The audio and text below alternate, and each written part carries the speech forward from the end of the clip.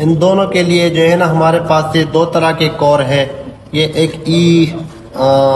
और इसके लिए अपना एक कोर है, सही है। तो कोर आपके पास दो तरह के आते हैं जो है ना।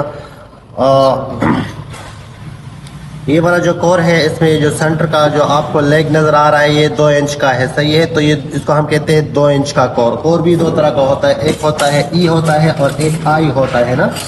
तो ये ई आई कोर है हमारे पास। और इस कोर में जो है ना ये जो सेंटर लेग है इसकी हम जो है ना पैमाइश करते हैं। जैसे कि ये हमारे पास है 1.5 इंच और ये हमारे पास है 2 इंच। तो इसको हम कहते हैं 2 इंच का कोर और इसको हम कहते हैं 1.5 इंच का कोर। 2 इंच के कोर के लिए हम जो है ना ये बाम इस्तेमाल कर रहे हैं जो कि 2-3 है, सही है। और ये 1.5 इंच का कोर है, 1.5 इंच का कोर है, इसके लिए हम ये बाबिन जो है ना इस्तेमाल कर रहे हैं। इस कोर को बाबिन में डालने का तरीका ये है कि आप जो है ना ग्रुपिंग करोगे। फर्ज करें कि मैं जो है ना यहाँ पर पहले एक जो है ना ई चढ़ा लूँगा, सही है। उसके बाद दो ई जो है ना ये देखिए अब 2 ई आपको नज़र आ रहे हैं अगर तो ये 2 ई जो है ना मैं इस साइड से डाल दूँगा और जो है ना 2 ई मैं यहाँ से उठाकर ये 2 ई है ये इस साइड से डालूंगा कंटिन्यूसली इस साइड से, फिर अगेन इस साइड से 2 ई, इस साइड से 2 ई, इस साइड से 2 ई डालता चला जाऊंगा। जब ये भर जाए, कंप्लीट भर जाए, तो जो ई होंगे उसके बीच में इस तरह स्पेसेस होंगे। उन स्पेसेस के अंदर जो है ना फिर मैं आई को जो है ना वो इंसर्ट करूंगा। जब मैं आई इंसर्ट करने लगूं तो फिर आप लोग देख लेंगे। फिलहाल अब मैं इसको जो है ना फुल जो है ना वो भर लेता हूँ और फिर जो है ना मैं आपको दिखाता हूँ। अच्छा जी, तो ये वो ट्रांसफार्मर है जिसके अंदर हमने कोर डाल दिया है।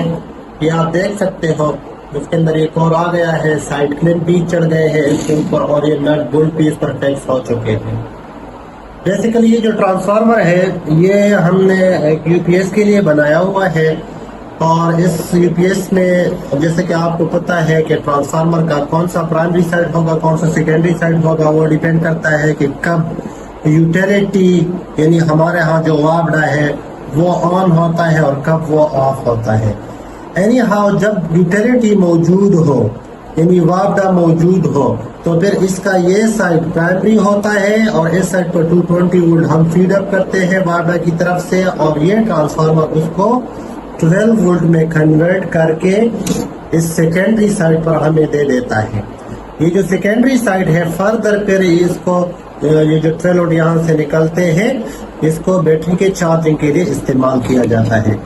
जैसे ही वापडा चली जाती है यानी यूटिलिटी ऑफ होता है तो उस वक्त जो यूपीएस के अंदर कंट्रोल सर्किट होता है वो यूपीएस के मॉड्यूल सर्किट यानी इन्वर्टर सर्किट को एक्टिवेट करता है और उस दौरान यही ट्रांसफार्मर फिर बिहेव करने लगता है like a step up transformer.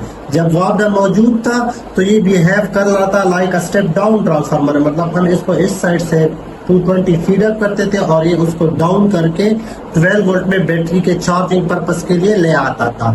सो वापडा की अवेलेबिलिटी की सूरत में this transformer behave like a step down transformer. लेकिन जैसे ही वापडा चली जाती है तो उस वक्त कंट्रोल सर्किट मॉड्यूल सर्किट को एक्टिवेट करता है और इस साइड पर हम बैटरी की तरफ से 12 वोल्ट फीड अप होने लगते हैं।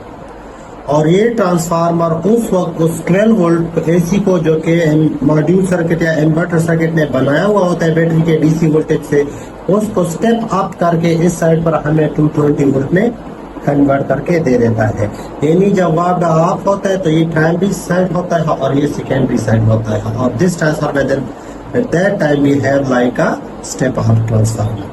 और जहाँ तक इसके वायर्स का ताल्लुक है तो जो वायर हमने इसमें यूज किया हुआ है इसका गेज है 18 और इस साइड वाला का जो तार है इसका गेज है 10। ये कॉटन वायर है और ये एनिमल वायर है क्योंकि इस साइड पर एम्पेयर ज्यादा होते हैं बैटरी के चार्जिंग के दौरान और बैटरी से इन्वर्जन के दौरान, सो दैट्स व्हाई इसका हमने गेज ज्यादा